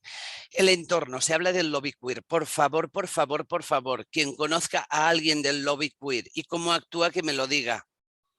Yo llevo 10 años y no conozco a nadie del lobby queer, no conozco a nadie que esté induciendo a personas categorizadas como mujeres a convertirse en hombres, pero desearía tremendamente conocer a alguien que pertenezca a este lobby para ver qué es lo que está pasando. El entorno afectivo de las personas trans normalmente las frena. El entorno profesional que acompaña a las personas trans normalmente las frena. No hay ningún entorno que potencie, que induzca, que ninguna familia que sea súper mega feliz de tener un hijo o una hija trans. La mayor parte de personas de su entorno afectivo y familiar, cuando vienen con dolor, con confusión, con pena, con miedo, etcétera, etcétera. O sea, que no acusemos al entorno de presionar a las personas trans. Por otro lado, las personas trans yo las veo súper prudentes. Necesitan información y quieren información para tomar buenas elecciones, como hacemos todas las personas delante de cualquier necesidad que tengamos. También tienen a veces mucha paciencia para aplazar sus decisiones para que su entorno pueda sobrevivir a este presentarse en este mundo de otra manera, ¿no? Y finalmente decir que hay algunas preguntas que nunca tendrán respuesta, ¿no? Porque, por ejemplo, durante la infancia, antes de la etapa prepuberal, vemos muchísimo más a niñas trans que a niños trans. A partir de que se inicia la pubertad, aumenta exponencialmente el número de chicos trans. ¿Esto por qué es? Porque realmente la feminidad en los hombres está muy castigada y por lo tanto la pueden expresar menos, porque desde el feminismo hemos trabajado mucho para que las mujeres podamos expresar el género de una manera mucho más abierta, y por lo tanto damos más espacio a algunas mujeres que su expresión de género va hacia más lo masculino. No lo sé. A ver, todas las luchas para ganar espacios de libertad en nuestra sociedad han producido resistencias, la de la anticoncepción, el matrimonio igualitario, el aborto, etcétera, etcétera. Todas han producido resistencias. Yo creo que estamos en un momento de eclosión, de replantearnos el género tal como nos lo hemos explicado, tal como nos lo han explicado a nosotras, y con este sistema binario tan rígido que es fuente de discriminaciones, micro y macro violencias para las mujeres, obviamente, pero también para otro colectivo que serían todas aquellas personas disidentes con los términos sexo, género, tal como los entiende el sistema binario. Por lo tanto, diría que estamos en un momento de revolución. Yo os animo a todas, todos a subirse al carro de esta revolución, porque esto no va a parar por más resistencias que haya, como la mayor parte de luchas que hemos hecho por temas que lo único que hacen es aumentar libertades y disminuir discriminaciones y micro y macro violencias. Muchas gracias. Gracias, Rosa.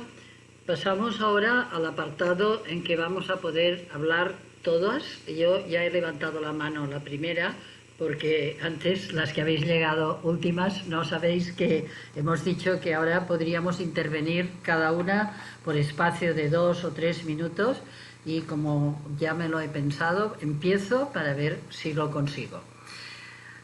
Yo me acerqué al tema trans en el año 1975, que estaba haciendo la residencia en Madrid de endocrinología, y tuvimos el caso de una pianista que quiso cambiarse de sexo. En aquel momento ni estaba permitido ni se podía hacer, pero lo viví y se hizo. La clandestinidad lo permitió en un servicio de endocrinología de la Escuela Iberoamericana.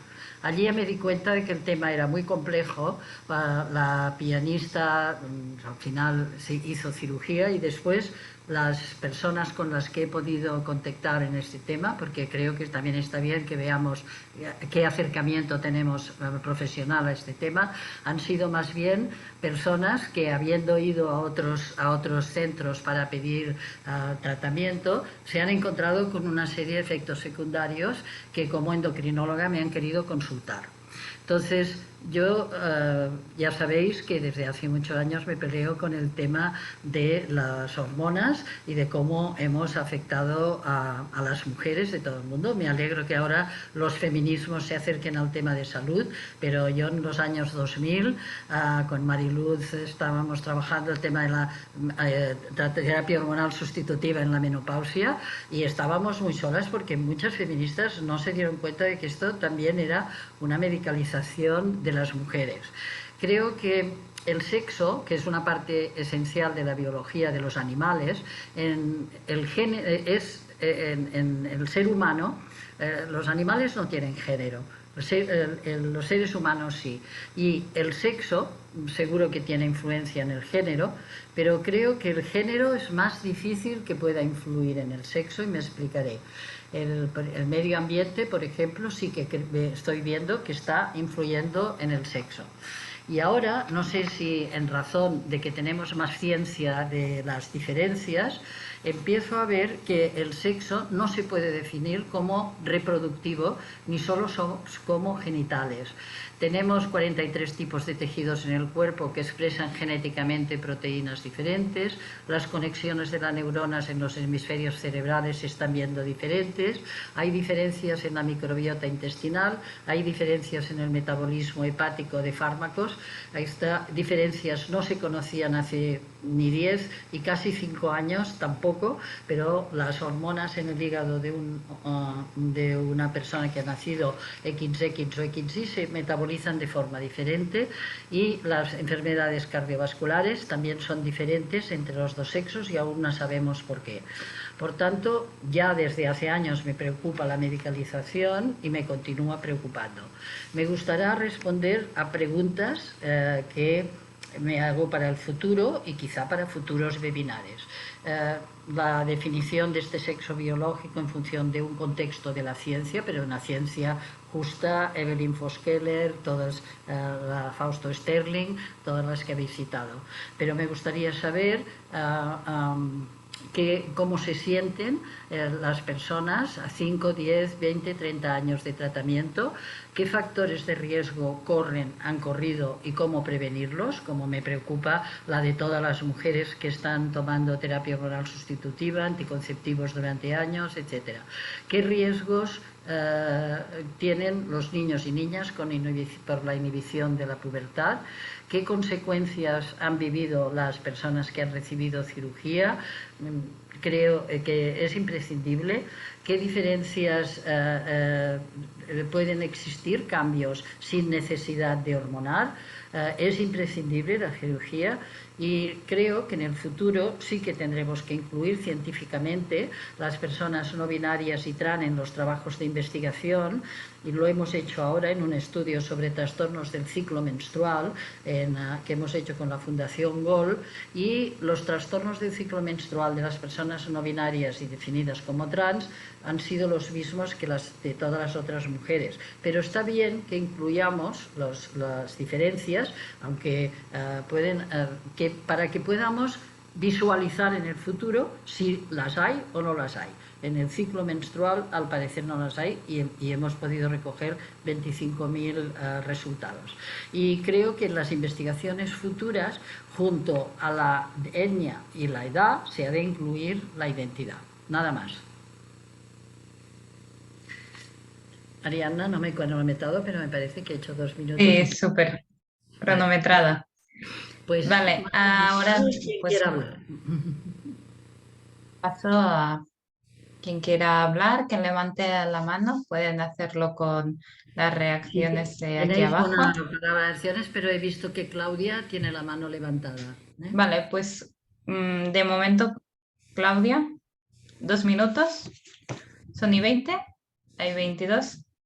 Te decimos. Has de abrir el micro, Claudia.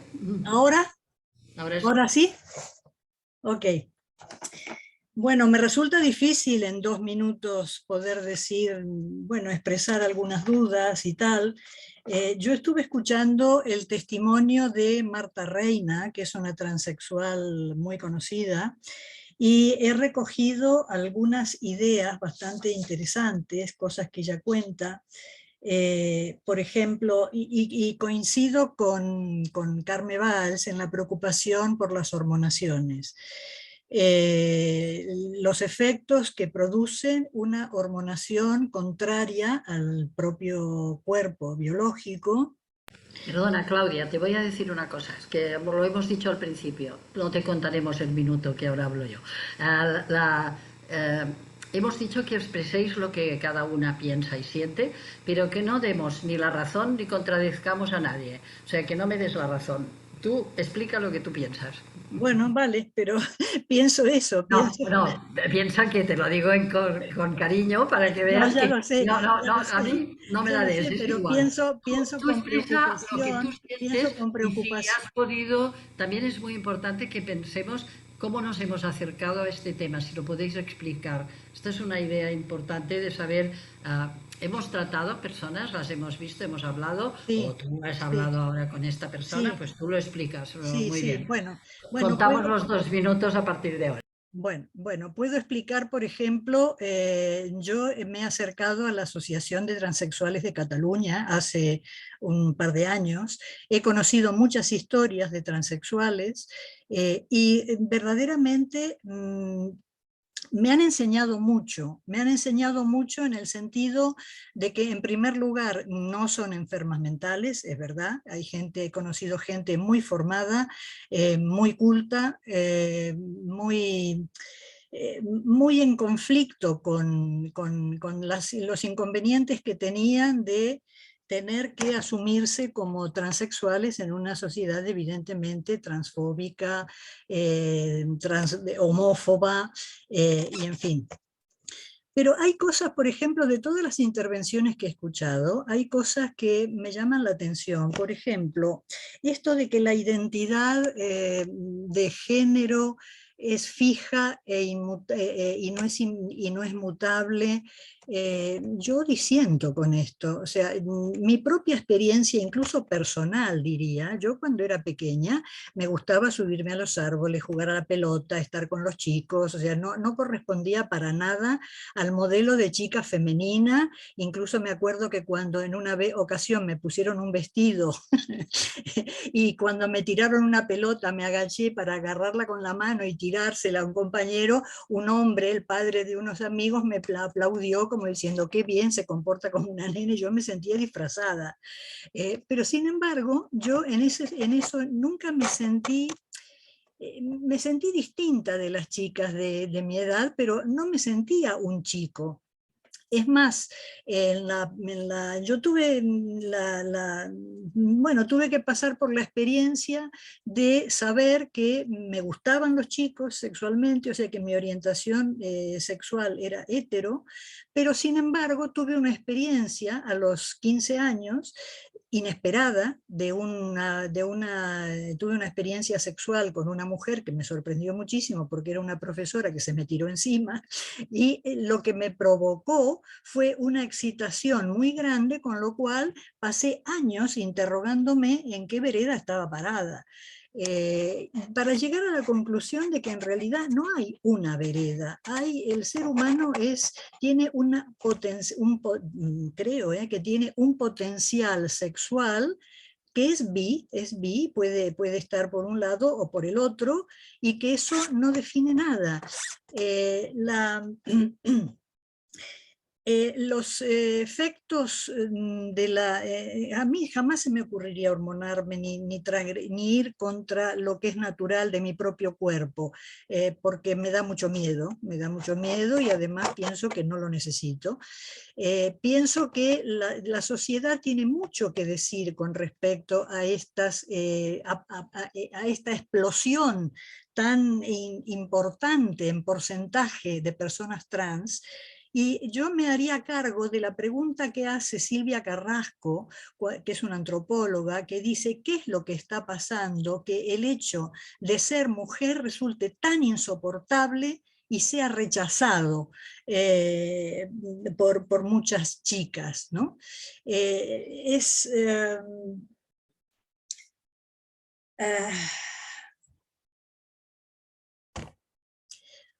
Hay una pregunta que no me gustaría dejar, si me queda muy poco tiempo, por lo menos quiero terminar con una pregunta. Y que me parece una contradicción muy llamativa. Si como defienden los transactivistas, el yo real es diferente del cuerpo, lo cual es verdad, es diferente del cuerpo porque sexo y género no tienen por qué coincidir, ¿por qué entonces tienen que modificar el cuerpo para apuntalar ese yo real? Yo creo que esa es una pregunta que merecería una reflexión y una profundización muy importante. Y por otra parte, el hecho de revisar toda la presión heteronormativa tan rígida sobre los roles de género, que hace que aparte que muchísima gente no coincide con la realidad, porque nadie es así como las normas de género dicen en la realidad, sino que además, bueno... No, está muy bien. Está muy bien. Has hecho dos preguntas clave y pongo revisar heteronormatividad y el yo real diferente del campo porque hay que modificar el cuerpo. Piensa que vamos a recoger, espero más manos, no veo ninguna mano más. Si no hay ninguna mano más, Claudia, continúa hablando. Pero si hay más manos, levantadlas. Es una... En reacciones veréis que hay una manera de poner mano alzada y entonces las vemos y os damos la palabra. Sí. Pilar Blanco ha sido la primera que ha alzado la mano, la ha bajado, la ha vuelto a subir, así que si quieres empezar tú. Vale. Pilar, el micro. Os quiero rogar no, pero me parece muy bien seguir escuchando a Claudia. Pilar, tranquila, que ya la escucharemos más si no hay buenas más manos. Pero lo que quiero decir, Claudia, y que te lo agradezco mucho la concisión, que lo importante es si lo lleváis escrito o pensado, va mucho mejor. Bueno, yo he estado 2 días pensando que diría en 2 minutos, o sea que, y para las demás, que queráis intervenir, pensadlo clarito, porque de todo lo que recojamos, vamos a pensar qué haremos, pero esto no va a acabar aquí. Vale, callo. Pilar, adelante. Vale. Bueno, pues mi interés por esto comenzó hace 5 años, cuando vi al hijo de una amiga, que antes era chica, y vi en qué se había transformado su vida. Y me dije, aquí hay algo que no es como me dicen, y realmente no llevaba una vida tan feliz. Y y me llamó la atención que lo que a esta persona le pasaba es lo mismo que a mí me había pasado en mi juventud, que no me gustaba para nada las normas de género, para nada. Si hubiera nacido en esta época, pues seguramente me hubieran llamado transactivista. Digo, perdón, que posiblemente yo era una persona trans, porque desde luego no me creí ninguna. Yo es que no era una mujer típica, ¿no? Bueno, pero entro ya en materia. Parte de ahí. De hace 5 años, la verdad es que he estudiado muchísimo y tengo solo referencias de amigas, ¿no? Me encantaría conocer más casos clínicos, me encantaría realmente escuchar más relatos de personas trans. En eso es lo que estoy interesada, no en teorías, para nada. Ya he leído mucho en mi vida, prefiero escuchar a las personas. Y entro, pues con mis preocupaciones, que las digo que las pongo en afirmativo. Uno es que hay un gran lobby financiero transactivista, sobre el que luego os preguntaré si sabéis. Yo llevo estudiándolo mucho tiempo y me he metido en muchas páginas web. Es un lobby cuyo fin es que desde las administraciones públicas, desde los medios de comunicación y desde la academia se tomen medidas favorables a sus intereses, incluso aunque en este caso puedan ir en contra de las personas trans. Bueno, en España son ellos quienes fueron llamados para redactar las leyes trans. A esto me refiero a todo lo que constituyen pues COGAM, Fundación Triángulo, Plataforma Trans, etcétera, etcétera. Pero a nivel internacional empezó muchísimo antes. Os podéis meter en la web LGTB ISUS, que dedican 1.000 millones de euros anuales a este tema. Los fundadores fueron Arcos Foundation y la Open Society de Soros, a quienes todos conocéis. Y si te vas metiendo y siguiendo, encuentras una gran industria tecnológica médica detrás. Que les interesa pues de todo, desde cambiar los pómulos hasta las mandíbulas, o sea, hay todo tipo, te quedas alucinando. Y yo seguiré investigando sobre esto. También, bueno, conocéis que en Estados Unidos se ha pasado, donde los intereses económicos en salud son brutales, pasaron de 4 a 500 clínicas de sexo, desde el año 2007 al 2017, de cambio de sexo, ¿vale? Donde se hacen intervenciones quirúrgicas y se ponen hormonas. Por otro lado, esto va aparte, también quiero decir que la Declaración Universal de Derechos Humanos no recoge que se puedan modificar documentos oficiales de acuerdo a sentimientos o subjetividades. Me preocupa mucho, y esa es una pregunta que pongo en general a todas nosotras, ¿qué ha pasado? Que el aumento exponencial del 4.000%, y que tiene que ver, como nos dice Fátima Anjou, es a la vez que todo el aumento de las redes sociales, en donde están encontrando las jóvenes y jóvenes pues una respuesta a sus problemas. Vale. Segundo punto. Hay un intento claro de manipular a las personas trans y a médicas y psicólogas, por parte del transactivismo. Entonces, interesa que no diagnostiquemos y, sin embargo, hay un sufrimiento enorme, pero igual que tenemos otras muchas personas. Quiero decir que es que muchas personas hemos pasado por depresión y esto no pasa nada, no nos tiene que estigmatizar, y yo soy sorda y tengo hipertensión. Pilar, perdona que te interrumpa, Tengo pero que ser. Pues al paro aquí y no para acabar, porque puedes transformar tus afirmaciones en preguntas y vale. va mejor para pensar en el futuro. ¿Tú de acuerdo. crees que hay una misión y hemos dicho que no estigmatizaríamos al principio a nadie, ni discriminaríamos a nadie? Lo siento, vale, de acuerdo. Si lo cambias tus afirmaciones en preguntas, vale, nos ayudas a hacer un mapa de preguntas, que de acuerdo. está bien que nos queramos continuar. De acuerdo, vale.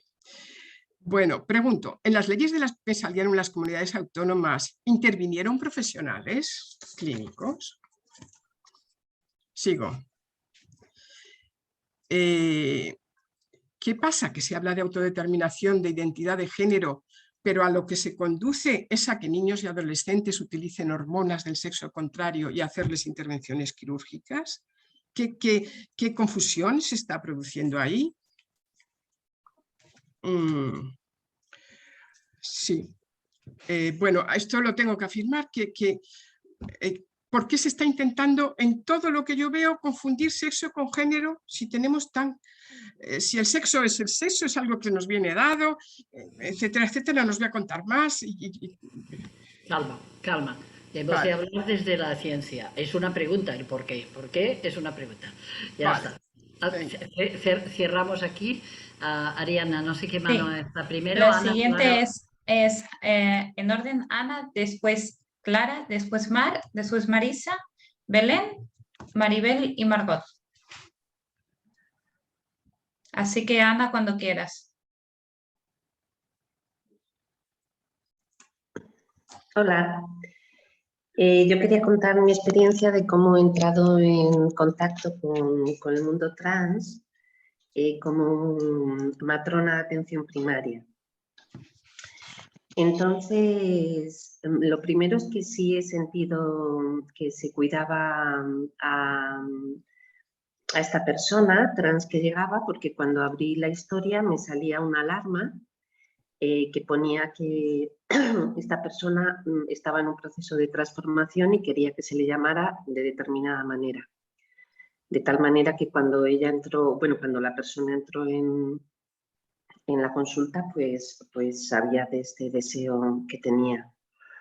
Me trastabillaba, o sea, a veces la llamaba porque miraba en el ordenador. Bueno, entonces las dos cosas que quiero transmitir fundamental fue que ella era una mujer que estaba en proceso de transformarse a hombre. Fue sorprendente en la silla de ginecología observar, ¿no?, como un vello muy intenso, muy extenso y muy intenso, que no había visto nunca en unas piernas en la camilla, y decir que como persona que realiza esa actividad, a veces, también he sentido pues con ciertas depilaciones, que es lo común que ahora se ve, ¿no? La mayor parte de las personas que acuden, de las mujeres, están hiper mega depiladas, y también a veces he sentido como una extrañeza ante ciertas depilaciones.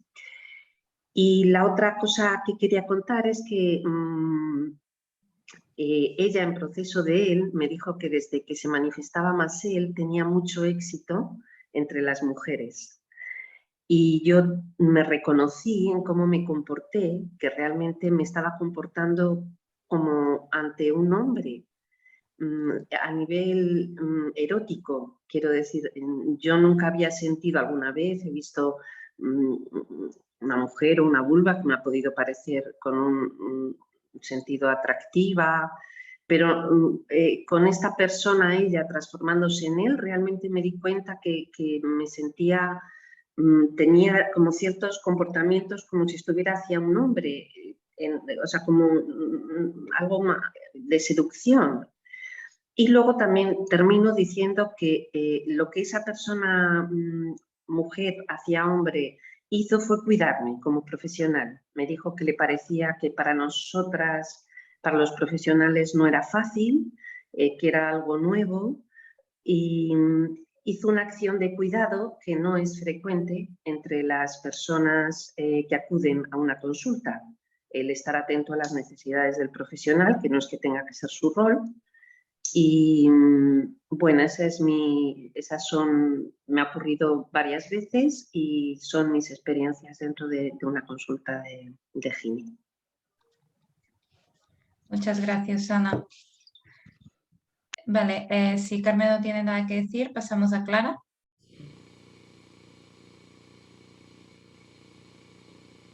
Cuando quieras, Clara. Tienes el micro apagado. Hola, estoy en la playa. He llegado hace unas horas y bueno, he tenido una especie de transición porque me deja el bikini y el bañador. Así que baño bragas. No pasa nada. No te comas minutos. Vale, lo siento, es que tengo que soltar. Es la primera vez, hace muchísimos años. Entonces, bueno, lo que quería decir es que, por ejemplo, este sitio, Benidorm, es la cuna de la Organización Mundial Internacional de la Gente Transexual, aparentemente. Yo aquí vengo desde que era pequeña, tenía un apartamento de mi abuela y era una gente extramarginada, ¿no? Cerca de ese apartamento había también una zona de prostitución y bueno, he vivido peleas, agresiones a estas personas, ¿no?, que ejercían la prostitución, tanto transexuales como no. Una vez en el apartamento de al lado las pegaron contra la pared a una mujer y en mi familia no me permitieron ir a denunciar y lo viví muy mal, ¿no? Yo el tema transexual, bueno, lo he conocido ahora porque, o sea, sobre todo lo conozco desde hace tiempo, pero el tema de el conflicto que hay, creo que es todo creado de una manera que nos va a perjudicar al movimiento feminista enormemente. Hay una presión grande de un lobby internacional reaccionario que realmente está arrastrando a todo tipo de gente, ¿no? A unas posturas inauditas hace tiempo acerca de los otros, de las otras, de los otros. Entonces, en ese sentido, me alarma, ¿no? Básicamente. No creo que pueda decir mucho más en 2 minutos. Gracias, Clara. Nada, hasta luego, gracias. Vale, pasamos a Mar, que no has podido levantar la mano, pero has solicitado por el chat. Cuando quieras, Mar. Buenas tardes, no encontraba los 3 puntitos, de verdad, os lo juro. No te preocupes. Y voy a intentar las preguntas, las que están hechas, las reitero, pero no digo si estoy afirmando a nadie. Trabajo como médica de urgencias en zona rural, entonces una de las cosas que me ha surgido como problemas y que me he hecho una búsqueda bibliográfica, igual soy torpe, no he encontrado, el tema de factores de riesgo y cómo tratarlos, con el tema sobre todo de las personas en hormonación.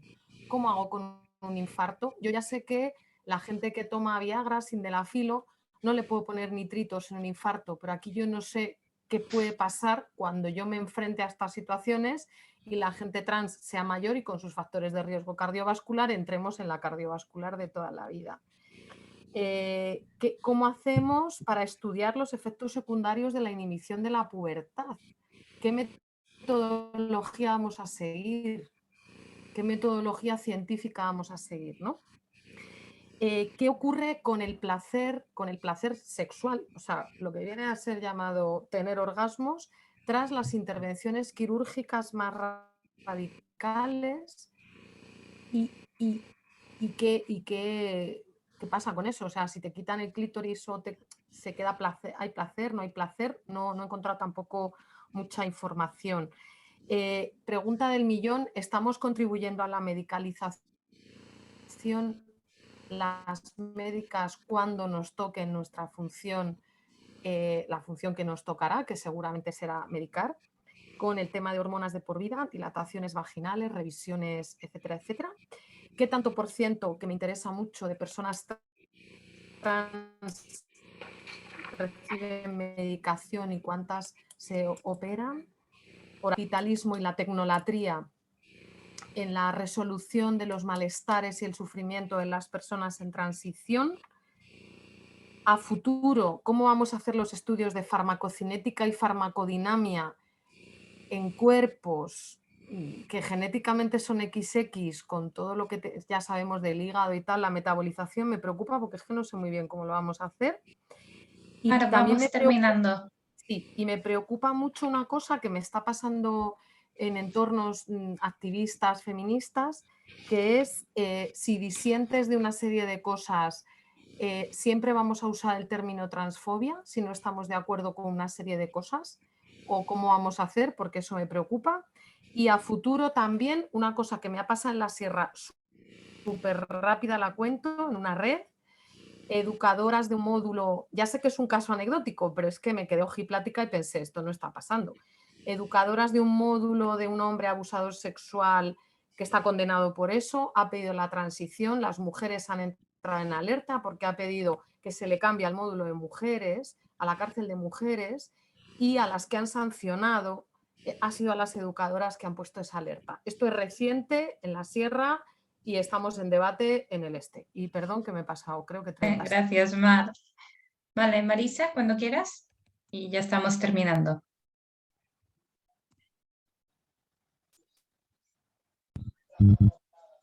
Hola, buenas tardes. Espera, que bajo la gata.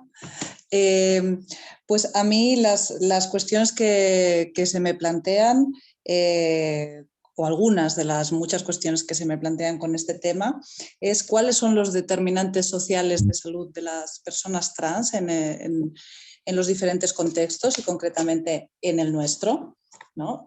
Tanto por los condicionantes legislativos que limitan sus derechos, ¿no? O el acceso a sus derechos, como cuestiones económicas, cuestiones de estigma que pues hacen que, por ejemplo, no podamos saber realmente o podamos tener muchos factores de confusión a la hora de valorar los efectos a largo plazo, por ejemplo, de la hormonación, cuando en una persona, yo que sé, puedo poner un ejemplo, en muchas mujeres trans, no podemos intervenir en su dieta, no podemos intervenir en su actividad física, no podemos intervenir en otras cuestiones de su bienestar diario, porque el estigma y la exclusión social en muchos casos hace prácticamente imposible unos mínimos básicos de autocuidado que sí que proponemos a otras personas medicadas o medicalizadas por diferentes motivos y en las que practicamos habitualmente desde las consultas una cierta reducción de riesgos, asumiendo que la medicalización en ese caso pues, está asumida o es necesaria, cuando en muchos casos también podría ser cuestionable, ¿no? También me planteo cómo son de contradictorios, ¿no?, algunos logros en derechos, ¿no? Me planteo, por ejemplo, el acceso al trabajo de las mujeres, ¿no? Las contradicciones y los efectos secundarios que nos ha generado, ¿no? Compatibilizar el trabajo asalariado, la vida profesional, las crianzas, etcétera, ¿no?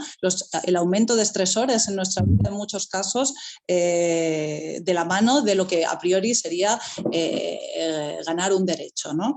Lisa, Igual. me sabe mal cortarte, pero deberíamos ir terminando. Vale, también me planteo igualmente cómo realizar investigaciones transinclusivas para conocer con profundidad, digamos, todas las etapas de la vida de las personas trans con o sin tratamientos y los factores que determinan su salud. Y también planteo, bueno, pues, cómo desde el feminismo podemos dar un espacio amoroso, inclusivo, para que no demos puertas o demos espacio a los discursos de odio tal y como estamos viendo. Y por último decir que sinceramente considero que la mayor amenaza que tenemos ahora mismo las mujeres y las identidades disidentes se llama fascismo y ultraderecha en todo el mundo y quisiera que esto estuviera muy presente en los discursos y las conciencias de todos a la hora de cuestionarnos muchas cosas. Muchas gracias. Gracias, Marisa. Belén no tiene la mano levantada ahora, no sé si quiere intervenir y si no pasamos a Maribel y ya creo que será la última. Sí. Maribel, ¿estás? Estoy. Muchas gracias. A ver, no, iba a hacer muchas cosas, pero voy a ser muy rápida.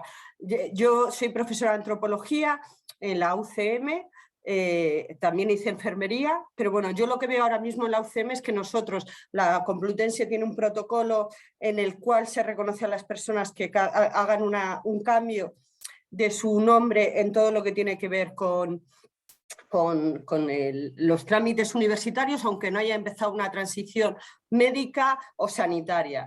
Y nos encontramos, esto está haciendo que nosotros ahora mismo, la UCM tiene 70.000, o sea, tiene sí, muchos estudiantes, 70.000, pero es que tenemos un 1% que se define como población no binaria. Y para mí esto es importante porque tenemos, o sea, lo que yo quiero plantear y sumarme a lo que se ha dicho es que para mí ahora mismo tenemos que investigar cuáles son las interacciones entre lo biológico, lo social y lo cultural. El sistema de género ha cambiado y luego yo, que llevamos haciendo investigaciones en todo esto de la diversidad sexual, sí que veo que el tema de la ideología de género está ahí y yo creo que surgió el tema de la ideología cuando empezamos a reclamar los derechos sexuales y reproductivos, es decir, cuando las feministas hemos empezado. Entonces, solamente era como poner que no se nos olvidaran como toda esta parte y también que veamos que independientemente veo muchos niveles de análisis más teóricos del sesgo de la ciencia tal, pero veo también una cuestión práctica de que la sociedad y la gente ha cambiado y la gente que ha nacido a partir, y hay mucha gente que para ellos ya muchísimas conquistas que tienen que ver con la sexual, con los derechos LGTB han nacido con ellos y esta gente ahí tenemos que entender y estudiar cuáles son todas estas interacciones. Bueno, y desde ahí también, pues eso es lo que me parecía. Muchas gracias por todo, me callo.